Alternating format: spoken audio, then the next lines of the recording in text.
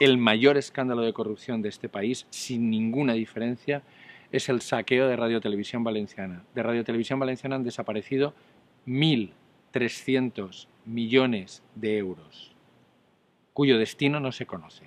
Radio Televisión Valenciana se ha producido un saqueo sistemático desde las cosas más ínfimas, donde no había ningún control de gasto y donde la gestión era absolutamente opaca.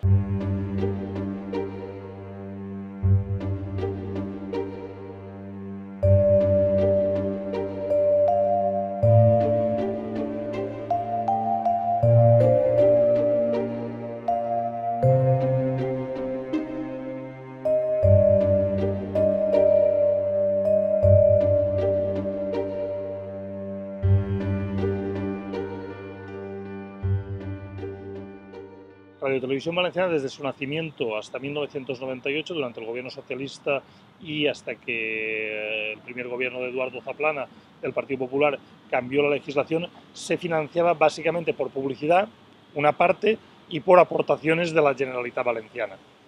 En un momento determinado, Zaplana cambia la ley para que pueda recurrir al endeudamiento bancario para financiar la actividad corriente de la cadena. Nosotros entendemos que cumpliendo la ley y actuando de forma fraudulenta. El endeudamiento se conseguía con avales de la propia Generalitat y no había un control sobre lo que se gastaba. Es decir, si la televisión se excedía en su presupuesto, eso tenía que ser asumido por el gobierno de la Generalitat de manera inmediata.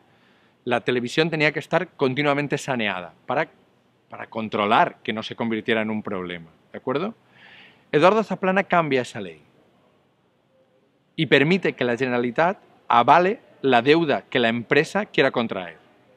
Eso dispara inmediatamente la deuda de la Generalitat. ¿Por qué?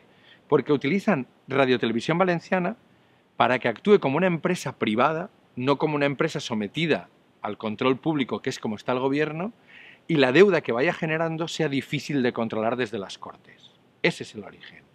Ahí es donde empieza todo el problema. A partir del año 2001 empezó a centrifugarse gasto que no podía permitirse la Generalitat, por ejemplo, para subvencionar a equipos de fútbol o hacer gastos que no eran propios del funcionamiento de la radiotelevisión a través de Radio Televisión Valenciana.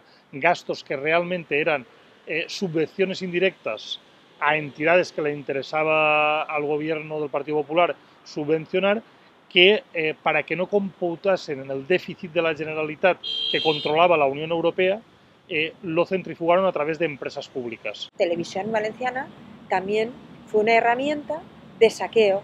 ¿Por qué? Porque como el Consejo de Administración también estaba controlado, era una empresa pública y los consejos de administración estaban controlados en su mayoría por el Partido Popular y se escapaban al control parlamentario, pues eso era una manera de tener una empresa opaca donde no se supiera en qué se gastaba el dinero para ir detrayendo dinero público hacia intereses particulares, que al final es el mismo modus operandi, es igual que en Emarsa, es las empresas para saquear, evitando el control parlamentario.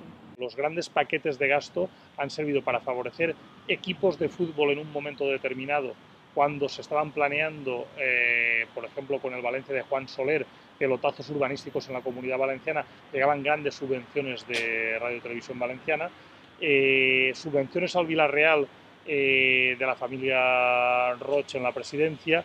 Por ejemplo, un escándalo señalado muchas veces por la Sindicatura de Cuentas es que Radio Televisión Valenciana llegó a pagar más de 600.000 euros anuales durante 5 años al Villarreal por explotación de su mascota, cuando nadie sabe la mascota del Villarreal en qué ha beneficiado a Radio Televisión Valenciana. Para hacernos una... Y después hay casos de corrupción que están investigándose claramente en estos momentos, como la visita del Papa a Valencia de 2006, donde en 36 horas de emisión Radio Televisión Valenciana gastó más de 14 millones de euros. El caso Triskel. Se compraron documentales de extrema derecha, de contenido ultra, ¿vale?, confeccionados por una también productora tapadera de un exdirectivo de Intereconomía, una empresa conocida por su fuerte ideología ultraderechista, y esos documentales ultra, que el primer contrato hablaba de 700 y pico mil euros por 3 documentales, 700 y pico mil euros por 3 documentales, ¿vale? Eran tan vomitivos, eran tan malos en su factura y tan radicales en su contenido ideológico que jamás se atrevieron a emitir nada más que uno. Y lo más grave del caso es que además esos documentales, porque los que se pagó ese precio desorbitado, ya se habían emitido por Intereconomía. Es decir, que por documentales ya emitidos se pagó un precio que multiplicaba exponencialmente su coste de producción real. El entrenador de Aznar quiere un programa de televisión. Tenemos que pagarle barbaridades por un programa que prácticamente tampoco tenía ninguna audiencia y que audiovisualmente era lamentable. O sea, cualquier estudiante de comunicación audiovisual se echaría las manos a la cabeza viendo la infame factura de todos esos productos. Pues se les pagaba lo que pedían, los sueldos que fueran necesarios, ¿no? Yo qué sé, hay algún productor bastante conocido, venido de la ventriloquía, que también tiene un montón de producciones compradas que nunca se llegaron a emitir. De repente, aunque teníamos grandes profesionales capaces de locutar un premio de Fórmula 1 en valenciano, pues contratamos a un locutor argentino vinculado, por lo visto, al entorno del señor Eccleston. Pagamos derechos audiovisuales a empresas para que el señor Eccleston cobrara sus comisiones y, por ejemplo, estuvimos años sin emitirlos, y cuando los emitimos los emitíamos en castellano a la misma hora que La Sexta, sin tener prácticamente audiencia.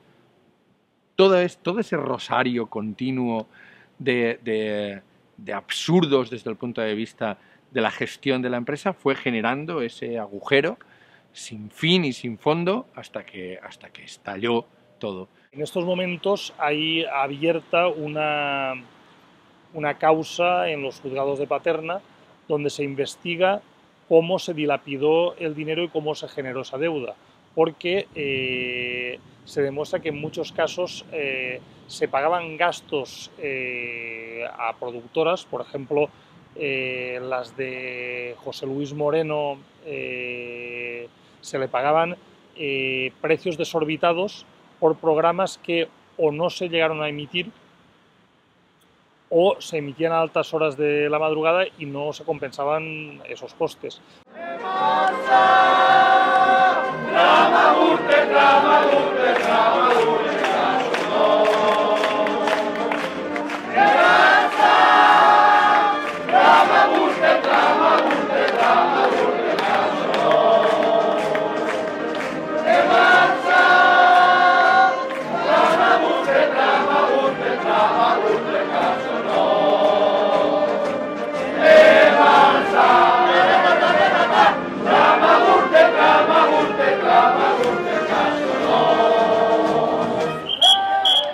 El Partido Popular nunca vio esta radiotelevisión pública como un servicio a los ciudadanos, que es lo que debería haber sido, sino que la vio como un elemento o de propaganda o para sacar dinero y favorecer a personas afines, tanto sean personas productoras externas o para colocar a personas próximas a gente del Partido Popular. La Televisión Valenciana acabó siendo la televisión del Partido Popular, donde el Partido Popular se proyectaba sus estrategias, proyectaba su discurso, las consignas que quería lanzar a los ciudadanos, donde ocultaba aquello que no quería que se supiera y donde convirtió los informativos en un nodo.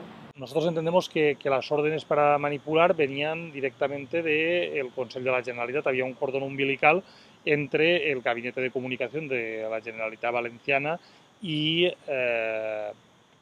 la Dirección de Radio Televisión Valenciana, y se establecieron mecanismos de control para que cualquier noticia que tuviese relación con casos que pudiesen tener un impacto negativo en el Partido Popular o en el Gobierno de la Generalitat tuviesen que ser consultados previamente a algún responsable de la Generalitat. El señor Pedro García, imputado en el caso de la visita del Papa, era jefe de prensa de Zaplana y pasó de ser jefe de prensa de Zaplana a dirigir la televisión valenciana. Eso no pasa en ningún otro país democrático, esto solo pasa aquí. Pero no se quedaron ahí contentos. Doña Dolores Johnson, Lola Johnson, ¿vale?, pasó de dirigir los informativos y luego la televisión pública a ser consellera del gobierno. Mientras tanto, la jefa de prensa, en este caso secretaria autonómica de comunicación del señor Camps, ¿vale?, pasó directamente a dirigir la radio. Aquí no había diferencia entre el gobierno y la televisión pública. Ríase usted de las puertas rotatorias de cualquier sitio. Aquí, la señora Romeral pasaba de asesorar directamente al presidente Camps en sus escándalos a dirigir la radio pública, Nuria Romeral. Pero sin problemas, sin temblarles el pulso. No les daba ni siquiera vergüenza. ¿Usted se imagina que el señor Gallardón, ahora que ha dejado de ser ministro, pasara mañana a dirigir Radio Televisión Española? ¿Es eso pensable? Pues en la Comunidad Valenciana de aquel tiempo eso pasaba. Y esos no tienen la culpa de la ruina de la Radio Televisión. La tienen los 1.600 trabajadores, los 30, los 40, que trabajaban allí. No quienes la dirigieron, que son ellos. Es absurdo, pero a ellos eso les importa poco. Que sea absurdo, mientras haya alguien que se lo crea, no les importa.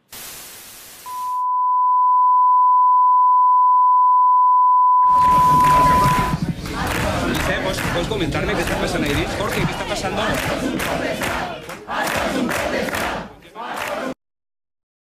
El gobierno valenciano aporta una versión falsa sobre el cierre de Radio Televisión Valenciana. Ellos la justificaron por un ahorro de costes que no se explica de ninguna manera, porque solo en costes laborales durante la ejecución de este ERE se van a gastar más dinero de lo que hubiese costado mantener a la plantilla trabajando y emitiendo para el conjunto de la sociedad valenciana hasta finales de 2016 o mediados de 2017. Al final la cierra, además, en un intento de golpe de efecto, creyéndose que eso va a tener la complicidad de la gente, cuando él dice cierro la televisión para no cerrar escuelas u hospitales, y se encuentra también que le sale el tiro por la culata, porque la verdad es que el presidente Fabra monta un circo y le crecen los enanos, le sale el tiro por la culata porque la gente entiende que ni hay que cerrar hospitales, ni hay que cerrar escuelas, ni hay que cerrar una televisión.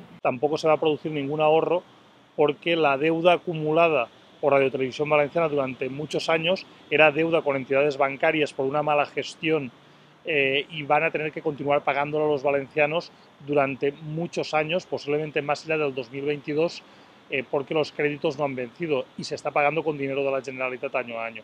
Por tanto, las excusas que dieron para cerrarla son falsedades que el tiempo está demostrando que no se correspondían con la verdad.